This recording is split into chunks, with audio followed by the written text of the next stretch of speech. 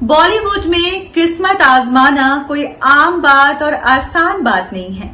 बॉलीवुड में लाखों करोड़ों यंगस्टर्स अपना कदम आजमाने आते हैं, चाहते हैं कि एक्टर बन जाओ, सुपरस्टार बन जाओ। इस तरीके की ड्रीम्स लेकर ड्रीम सिटी मुंबई आते हैं। ऐसे में काफी ऐसी लड़कियां हैं जिनका शोषण होता है और काफी लड़के भी हैं जिनका शोषण होता है। लेकिन ऐसे में ये जो मुखौटा पहनकर बॉलीवुड के नामचीन प्रोड्यूसर्स, डायरेक्टर और एक्टर जो मासूम लड़कियों को, जो न्यू कमर्स होते हैं या आउटसाइडर्स होते हैं, उनको बहला फुसलाकर कहते हैं कि फिल्मों में तुम्हें रोल मिल जाएगा, लेकिन उसके बदले तुम्हें बहुत कुछ करना पड़ेगा। इस तरीके से झांसा देते हैं और उनको ह्यूमिलिएट करते हैं, सेक्सुअली अब्यूज करते हैं, असॉल्ट करते हैं, और जिसकी वजह से कुछ चीजें लाइमलाइट में आ जाती है, मीडिया की कवरेज में आ जाती है, तो कुछ चीजें दबकर रह जाती है। पर आज की इस वीडियो में मैं उन्हीं सारे एक्टर, डायरेक्टर्स और प्रोड्यूसर्स के बारे में आपको बताने वाली हूं जिन्होंने लड़कियों का शोषण किया, रेप, असॉल्ट और न जाने किस तरीके की काली काली करतूतें की, जो मीडिया के सामने आ गया, जिसके बाद उनको खामियाजा भुगतना पड़ा। सबसे पहले शुरुआत करते हैं 90s के so called hero Aditya Pancholi की। आदित्य पंचोली अपने टाइम में अच्छे एक्टर माने जाते थे, लेकिन इसके साथ ही उन पर यौन शोषण का आरोप लगाया गया था और ये भी बताया गया था कि लगातार वो अपनी मेड के साथ शोषण करते थे, रेप करते थे। जिसके बाद मेड ने खुलेआम इस बात के बारे में सभी को बताया और मेड की सुनी भी गई। और जिस दौरान ये वाकया हुआ, ये इंसिडेंट हुआ, उस दौरान वो पूजा बेदी को डेट कर रहे थे। और जब ये सामने उनका मुखौटा आया पूजा बेदी के सामने, तो पूजा बेदी ने उनके साथ ब्रेकअप कर लिया, अपने रिश्ते पर विराम लगा दिया। इसके बाद कई बार ऐसे बातें आई हैं कि आदित्य पंचोली हमेशा से अपनी को एक्ट्रेसेस को या फिर आम जिंदगी में लड़कियों को छेड़छाड़ करते हैं, शोषण करते हैं, लगातार फ्लर्ट करते हैं। और यही इल्जाम कंगना रनौत ने भी आदित्य पंचोली पर लगाई थी। कहा था कि जब मैं करियर बनाने आई थी तो आदित्य पंचोली से उनकी दोस्ती हुई थी, याराना हुआ था, जिसके बाद आदित्य पंचोली ने उनको अपने घर पे रखा और खूब मारपीट किया, शोषण किया और सेक्सुअली कंगना रनौत को अब्यूज करते थे। तो आदित्य पंचोली ऐसे इंसान हैं जिन्होंने बहुत सारी लड़कियों के साथ यौन शोषण किया है, लेकिन आज भी खुलेआम घूमते हैं। मे बी ये पावर है जिसकी वजह से हर बार वो बचा लिए जाते हैं। खैर, अगर बात करें इन सारे वाक्यों के बाद उनकी फिल्मी करियर की, तो उनकी फिल्मी करियर पर विराम उस दिन ही लग गया था जिस दिन मेड वाला किस्सा हुआ था। उसके बाद बतौर हीरो उनको कभी काम नहीं मिला और छोटे छोटे रोल्स में ही उनको देखा गया। अब बात करते हैं श्रद्धा कपूर के पूज्य पिताजी शक्ति कपूर के बारे में। शक्ति कपूर फिल्म इंडस्ट्री में पिछले 30 से 35 सालों से हैं और लगातार अच्छी अच्छी फिल्में की है, बतौर विलन, बतौर कॉमेडियन, और अच्छे अच्छे रोल्स किए हैं जिन्हें आज भी याद किया जाता है। लोगों को खूब हंसाया है और एक अच्छे विलन के तौर पे भी अपने आप को साबित किया है। लेकिन इस एक्टर ने 2005 में ऐसा कुछ कर दिया जिसके बाद बहुत ही शर्मसार होना पड़ा था शक्ति कपूर को।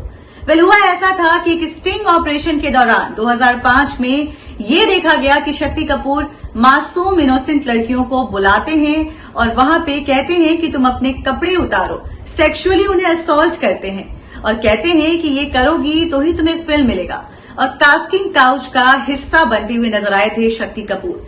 जब ये न्यूज फ्लैश हुआ तो किसी ने भी विश्वास नहीं किया कि शक्ति कपूर ये कर सकते हैं, शक्ति कपूर इतना नीचता पर गिर सकते हैं। लेकिन समय के बाद उनको ये रियलाइज हुआ, उन्होंने माफी मांगी और कहा कि मैंने जो किया है ये बहुत गलत किया है। मैं अगर अपने आप के बारे में बात करूं तो मैं ऐसा इंसान नहीं हूं, मैं बहक गया था और मैं बहुत ही गलत इंसान हूं, बहुत गलतियां की मैंने जिंदगी में और मुझे इस गलती से बहुत बड़ी सबक मिली है और मैं ये दोबारा कभी भी रिपीट नहीं करूंगा। भले ही उसके बाद उन्होंने माफी मांग ली हो, लेकिन फिल्में भी करते रहे, लेकिन वैसा रोल नहीं मिल पाया जिस रोल से शक्ति कपूर को शक्ति कपूर कहा जाता था। वो जो स्टारडम था, वो जो एक तवज्जो दिया जाता था शक्ति कपूर को, वो उनसे छिन गया 2005 के इस इंसिडेंट के बाद। अब बात करते हैं शाइनी आहूजा के बारे में। आई एम श्योर आप सभी को शाइनी आहूजा जरूर याद होंगे। शाइनी आहूजा एक उभरता हुआ सितारा जो 2009 में अपनी ही काली करतूतों की वजह से अपनी फिल्मी करियर पर, अच्छे खासे फिल्मी करियर पर विराम लगा दिया। क्या किया था शाइनी आहूजा ने, इनसे हम सभी लोग वाकिफ हैं क्योंकि उनके इस करतूत को काफी ज्यादा लाइमलाइट में लाते हुए देखा था हमने। टीवी पर लगातार फ्लैश हो रहा था शाइनी आहूजा के इस करतूत के बारे में। बता दें कि शाइनी आहूजा ने 2009 में, जब उनकी पत्नी सिटी में नहीं थी, मुंबई में नहीं थी, तब उन्होंने अपने घर में जो मेड काम करती हैं, हाउस हेल्प, उनके साथ रेप किया था, जबरन उनके साथ सेक्सुअल संबंध बनाने की कोशिश की थी। जिसके बाद जो मेड थी उन्होंने जाकर पुलिस में अपना जो भी एफआईआर दर्ज कराया, आरोप लगाया शाइनी आहूजा पे, और रातों रात स्टारडम छिन गया, फिल्मी करियर चौपट हो गया और 7 साल की सजा भी सुनाई गई थी शाइनी आहूजा को। लेकिन 2011 में उनको जमानत पर रिहा कर दिया गया। लेकिन आज शाइनी आहूजा कहीं भी शाइन नहीं करते हैं, खो गए हैं ऐसी गुमनाम दुनिया में जहां अब शाइनी को बहुत ही मुश्किल से देखा जाता है। अब बात करते हैं साजिद खान, मशहूर choreographer, director, producer Farah Khan के भाई और खुद भी बहुत बड़ा नाम है साजिद खान फिल्म इंडस्ट्री में। हाउसफुल मूवी लगातार वो बनाते हैं साजिद नाडियाडवाला के साथ मिलकर, और ऐसी एक से बढ़कर एक कॉमेडी मल्टी स्टारर फिल्में वो देते रहे हैं। लेकिन साजिद खान पर मीटू मूवमेंट बहुत ज्यादा भारी पड़ गया था। मीटू मूवमेंट के दौरान एक मॉडल थी और उन्होंने उन पर आरोप लगाया कि वो उनको मोलेस्ट करते थे और कहते थे कि तुम्हें हाउसफुल मूवी में मैं चांस दूंगा तो तुम्हें इसके बजाय कुछ करना पड़ेगा, मेरे सामने तुम्हें कपड़े उतारने पड़ेंगे और मेरे साथ सोना पड़ेगा। जिसके बाद इस मॉडल ने उन पर आरोप लगाया और मीटू मूवमेंट के दौर में साजिद खान को इसमें लपेटे में ले लिया था इस मॉडल ने। और यही पे ये बात नहीं रुकी, इसके बाद एक और थी एक्ट्रेस सोनाली चोपड़ा। सोनाली चोपड़ा ने भी कहा कि साजिद खान बहुत मोलेस्ट करते हैं लड़कियों को, उनकी कंपनी में जितनी भी लड़कियां काम करती है उन्हें भी काफी मोलेस्ट करते हैं, गंदे गंदे कमेंट्स करते हैं और बहुत ही गंदी नजर है साजिद खान की। इसके बाद साजिद खान के जितने भी दोस्त थे, अक्षय कुमार ने उनके साथ फिल्में करने से मना कर दिया था, लेकिन लेटर ऑन पता नहीं क्या हुआ, बाद में चीजें साजिद खान के फेवर में रही। सुपर 30 और क्वीन जैसी बेहतरीन फिल्मों का निर्देशन कर चुके विकास बहल ये भी अछूते नहीं रहे हैं मोलेस्टेशन के आरोप से। उन्हीं की कंपनी में एक लड़की काम करती थी और इसी लड़की ने उन पर आरोप लगाया था कि विकास बहल उनको बहुत ही गंदे तरीके से, इनअप्रोप्रिएट तरीके से छूने की कोशिश करते हैं। और कंपनी में ऐसी और भी लड़कियां हैं जिनके साथ वो काफी बदतमीजी से पेश आते हैं और बहुत ही गंदी नजर रखते हैं और गंदी जुबान भी रखते हैं। इसके बाद इस लड़की ने मीटू मूवमेंट के तहत उन पर काफी सारे आरोप लगाए, लेकिन फिर समय के साथ उस लड़की ने अपने इस केस को आगे ले जाना सही नहीं समझा और हाथ पीछे कर लिए। उसको डर था कि कहीं ये बड़े बड़े लोग उनको उनके करियर के साथ ना खेल जाएं, कहीं उनकी जिंदगी ना बर्बाद कर दे, तो वो डर कर सहम कर पीछे पैर कर लिए उसने। और उसके बाद जो विकास बहल, उनको क्लीन चिट दे दिया गया और सुपर 30 में उनको बाद में मूवी रिलीज जब हो गई उसके बाद उनको क्रेडिट में नाम दिया गया। उससे पहले जब तक वो इस आरोप में घिरे हुए थे उनको सुपर 30 मूवी में क्रेडिट नहीं दिया गया था। अब मैं जिस एक्टर का नाम लेने वाली हूँ, इस एक्टर का नाम सुनकर आप शॉक्ड हो जाएंगे, सरप्राइज हो जाएंगे।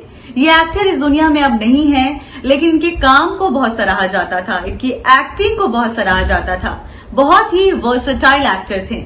और ये एक्टर इरफान खान है। इरफान खान पर भी एक एक्ट्रेस थी जिसका नाम था ममता पटेल, जिन्होंने पान सिंह तोमर में काम किया था इरफान खान के साथ। उन्होंने आरोप लगाया था इरफान खान पे कि इरफान खान उनके साथ सेक्सुअली संबंध बनाना चाहते थे, सेक्सुअली हैरेस कर रहे थे और कहा था कि मैं तुम्हें फिल्मों में काम दिलाऊंगा, तुम्हें मेरे साथ सोना पड़ेगा। इस तरीके से ममता पटेल ने इरफान खान पर आरोप लगाए थे।